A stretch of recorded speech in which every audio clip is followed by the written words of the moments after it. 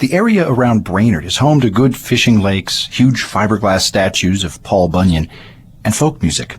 This is Chris Julin in the village of Nisswa, where you can buy live bait, a cafe mocha, or Minnetonka moccasins. And every other Friday in the fall and spring, you can hear live music at the community center.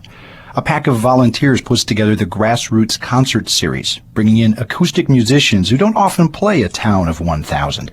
Utah Phillips and John Gorkum have performed in the Grassroots series. So have Patty Larkin, Christine Lavin, and Norman Blake. On a Friday in October, Ron Miles and a dozen other Grassroots volunteers set up chairs for a concert by Neil and Leandra. Miles is a naturalist with the state parks.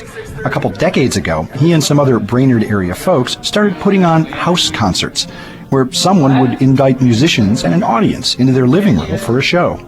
Those things have been around since time immemorial, but somewhat revived themselves in the 70s and 80s in this part of the world, I guess. The idea caught on, and Grassroots concerts moved to bigger venues.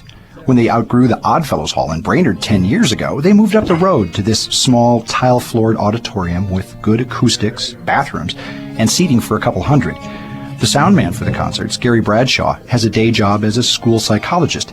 He says there's a core group of concert goers who've been coming since the beginning, but at every show, he sees new faces. I'd say our regular audience is at probably a 60-mile circumference.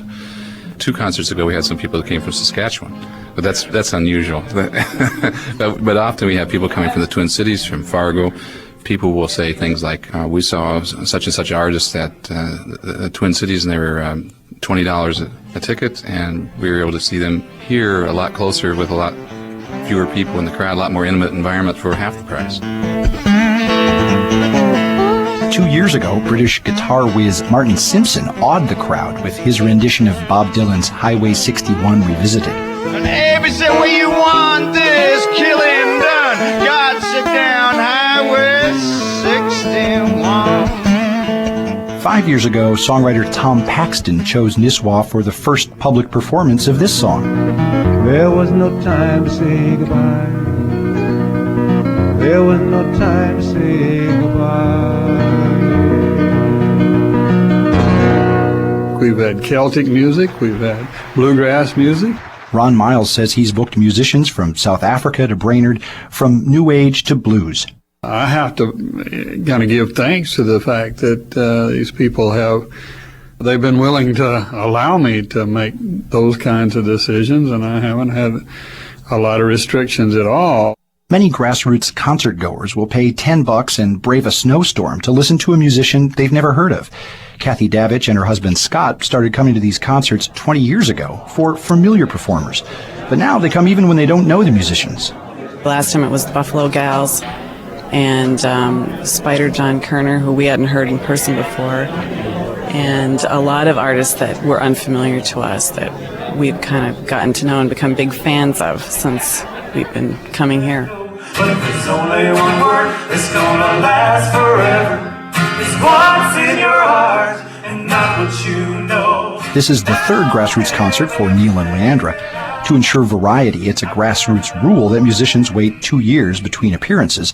Neil and Leandra say they'll come back as often as they can. It's a nice room. You know, people get to sit in good sight lines and all that kind of stuff. It's not the kind of place where people come in and eat while you're singing. It's a concert venue, which is a wonderful thing.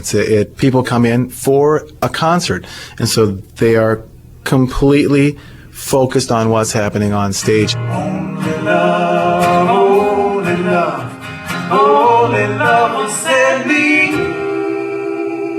Grassroots concerts this spring include Peter Mayer, Claudia Schmidt, and the return of Martin Simpson. Tonight, Ann Reed performs. For Word of Mouth, this is Chris Julin in Nisswa. Now, let's head southeast.